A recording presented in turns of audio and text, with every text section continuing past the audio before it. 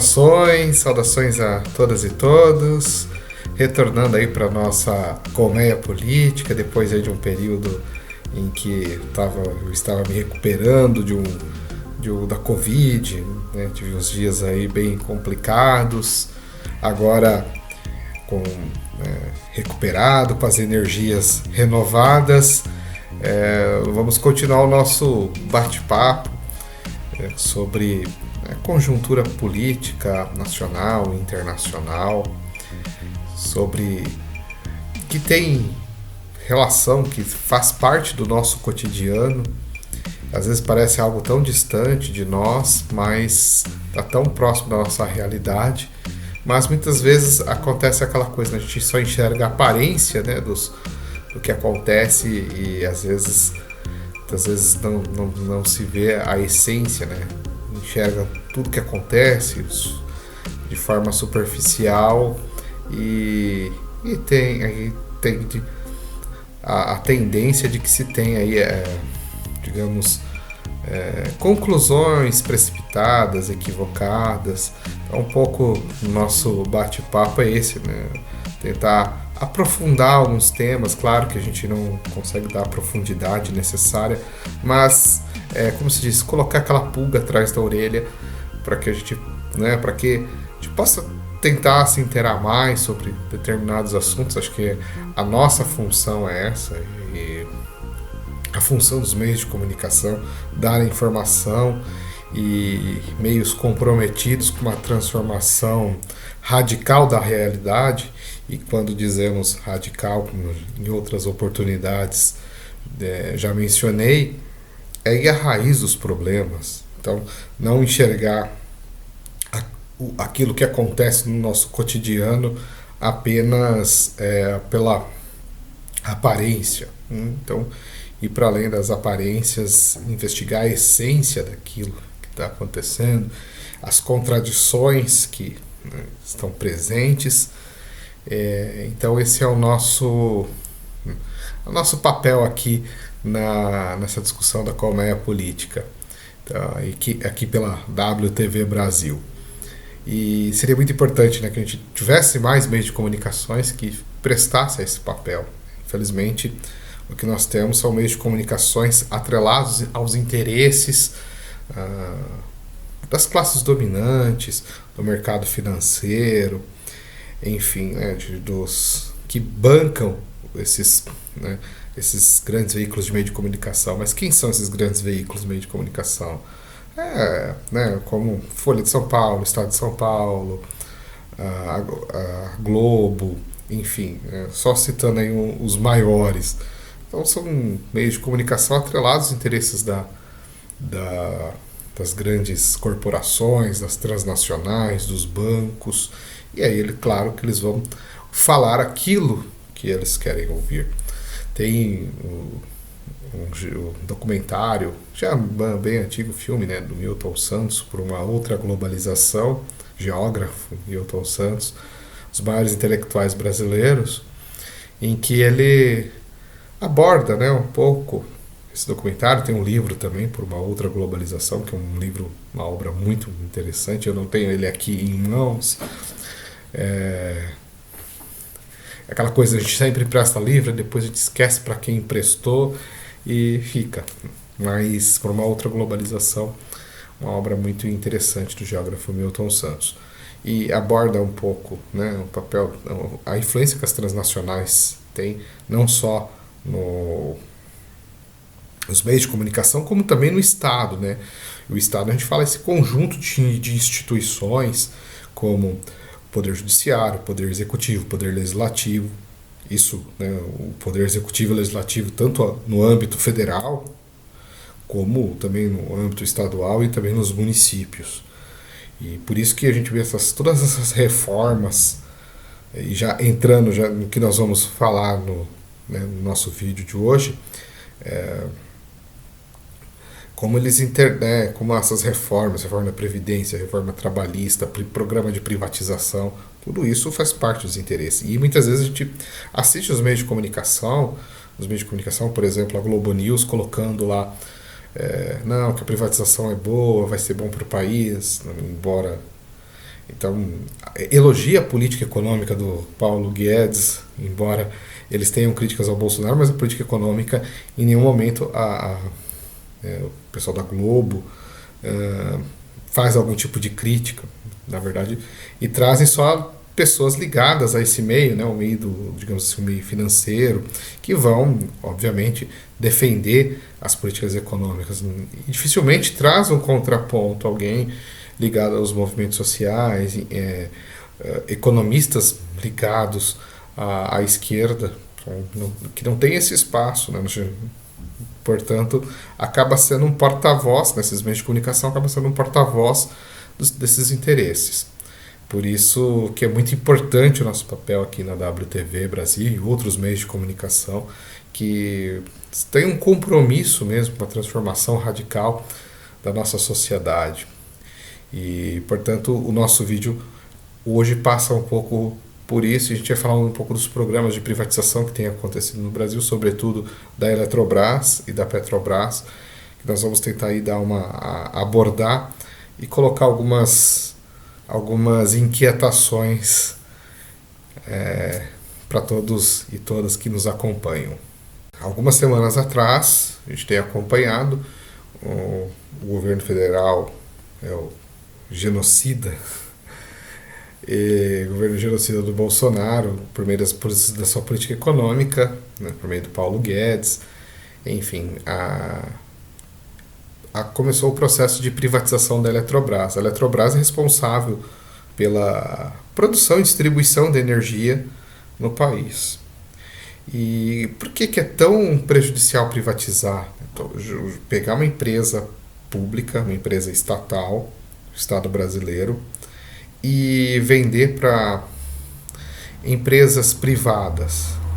Primeiro, o setor de energia, isso em qualquer país do mundo, ele é fundamental, é um setor estratégico, tanto para o desenvolvimento tecnológico, desenvolvimento industrial, para o nosso dia a dia mesmo, porque a energia elétrica está presente, né? A gente utiliza tudo que no nosso dia a dia. Hoje nós não conseguimos pensar a nossa vida sem a energia, né? As fontes de energia, energia elétrica. Então é um setor estratégico. E a maioria dos países tem esse controle, porque sabe. Isso não é nenhum programa socialista, viu, gente? Isso aí não estamos falando, não. Isso países capitalistas controlam, né? Se a gente pegar os países lá da União Europeia, França, Alemanha, todos eles têm controle da produção de energia, porque é um ponto estratégico e outras nações também sabem da importância, até para o desenvolvimento tecnológico, industrial. E na contramão disso, o governo, claro, a gente tem hoje, né, o Bolsonaro, por meio do Paulo Guedes, que hoje é um dos representantes do mercado, do mercado financeiro. Quem é o mercado financeiro? Né? Quem que é esse tal do mercado? Porque toda vez a gente vai, agora nesse período eleitoral, vai falar o mercado, o humor do mercado, ou a declaração de tal candidato não agrada ao mercado, ou outra declaração de candidato vai agradar mais o mercado. O mercado financeiro, o que é? São investidores, pessoas que vivem da especulação, investem então nas bolsas de valores, enfim, e ganham muito dinheiro com isso, com juros, e geralmente são investidores nacionais e internacionais. O Paulo Guedes, ele é representante do banco BTG, e teve relatório que ele tem dinheiro aplicado em vários paraísos fiscais, onde para ele a alta do dólar rende muito. Então ele é um dos representantes desse mercado financeiro. E obviamente você jogar, então eles estão lá, hoje se apoderaram do Estado brasileiro, no sentido de privatizar o Estado brasileiro e transferir todos esses recursos, todos os juros, tudo aquilo de riqueza produzida para para esses parasitas, né? Que a gente pode chamar de parasitas mesmo, porque o pessoal parasita mesmo no mercado financeiro e ganha muito dinheiro com juros, enfim, dívida pública. Então, essa transferência de recursos públicos para esse grupo que ganha, enfim, com toda essa especulação que ocorre. Então, o mercado é esse. E, obviamente, que para nós, isso é uma tragédia, porque vamos pensar o mercado, e está mais que provado, basta a gente ver no nosso dia a dia, a carestia, tudo caro, comida cara, o custo de vida hoje está muito caro, muitas pessoas estão morando nas ruas porque não tem condição de pagar aluguel, as contas subiram, o endividamento, se a gente pegar hoje grande parte de trabalhadores brasileiros, a população brasileira está endividada e isso acarreta aí uma piora, né, no padrão de vida e de sobrevivência das famílias. Então o mercado ele não tem essa preocupação de, de garantir o bem-estar da população. E, e quando se joga o setor de fornecimento, de produção e distribuição de energia para as empresas privadas, obviamente elas vão atuar no sentido de ter lucro. E aí a gente vê, assim, já temos vários exemplos de problemas de privatização que deu errado. E aqui no Brasil mesmo, a gente, há pouco tempo atrás, não muito tempo, nós tivemos um apagão no estado do Amapá, que era um lugar privatizado, ficou muitos dias sem energia elétrica e gerando todo o caos para a população do estado do Amapá. Portanto, todo esse processo do programa de privatização vai atender aos interesses do mercado financeiro, vai gerar juros, rendimento, então vai especular as ações, vai querer valorizar essas ações, não vai investir porque a tendência que dê lucro, mas esse lucro nem sempre significa trazer benefícios para toda a população. Portanto, é um crime que foi cometido nesse governo Bolsonaro, claro, com apoio da Câmara de Deputados, do Centrão, na figura do Arthur Lira, que está lá também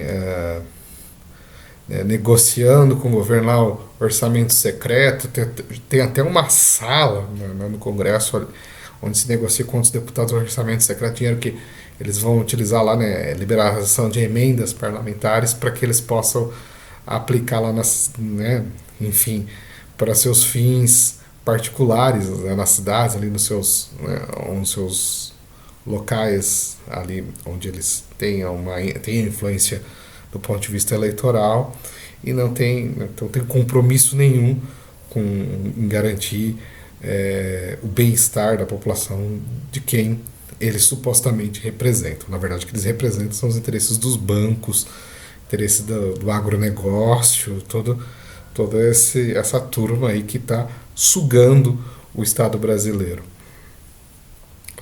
Então veja só o problema que é a privatização. Também agora teve em pauta o Arthur Lira, presidente da Câmara, tentou lá fazer uma manobra para privatizar, continuar o processo de privatização da Petrobras, que é também, né, uma empresa estatal, que já está, né, praticamente privatizada. A gente vê o aumento dos combustíveis, o país que é autossuficiente em petróleo acaba importando e tem o preço atrelado ao dólar, por isso que o aumento do preço dos combustíveis e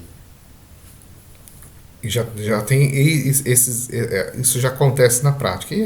E o Arthur Lira queria dar, digamos assim, o golpe de misericórdia na Petrobras, e o deputado federal Glauber Braga fez, né, a denúncia, perguntou se o Arthur Lira não tem vergonha do que está fazendo, e o Arthur Lira, de forma autoritária, ameaçou o Glauber Braga, inclusive enviou para a Comissão de Ética, e a Comissão de Ética, com uma rapidez assim nunca vista antes, o processo de cassação no deputado, combatiu o deputado Glauber Braga, que tem um mandato muito importante de denunciar, expor todas as mazelas que acontecem ali no Congresso, na Câmara de Deputados, e é muito importante que tenha a manutenção do mandato do Glauber Braga, e o Arthur Lira, de forma autoritária, tenta calar o mandato do deputado federal Glauber Braga, do estado do Rio de Janeiro.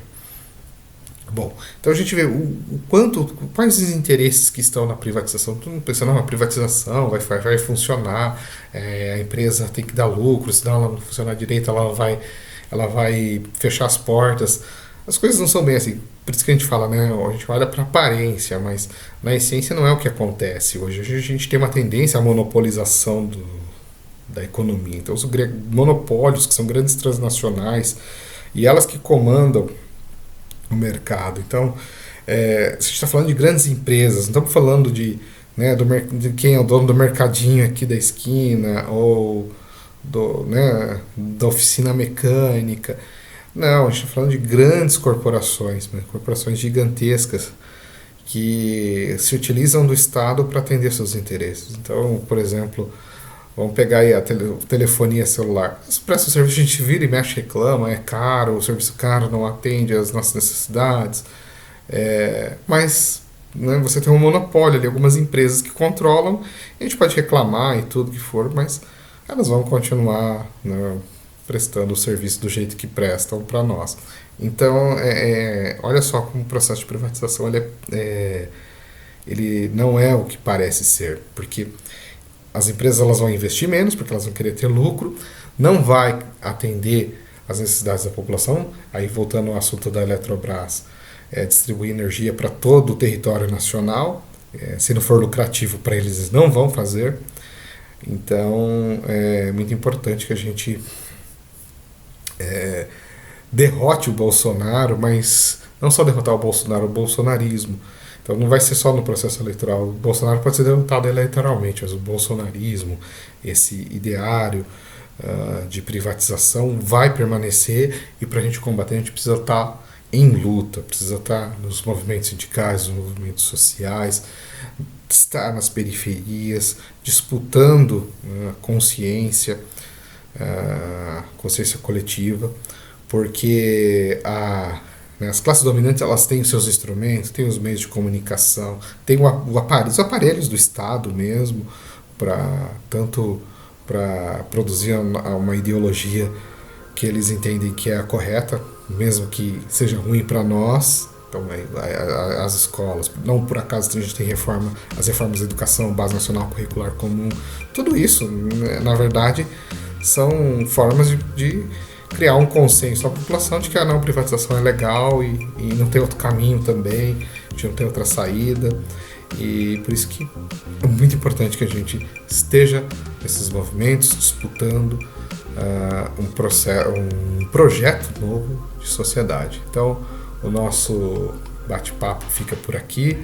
A gente me alonguei um pouco, mas é um assunto necessário, e dado aí o período que estive afastado, retornando aí para a gente continuar o nosso bate-papo socialista também, e da nossa colmeia política, para que a gente avance aí na consciência geral. Valeu, um abraço, uma boa semana a todas e todos, e nos vemos no próximo vídeo.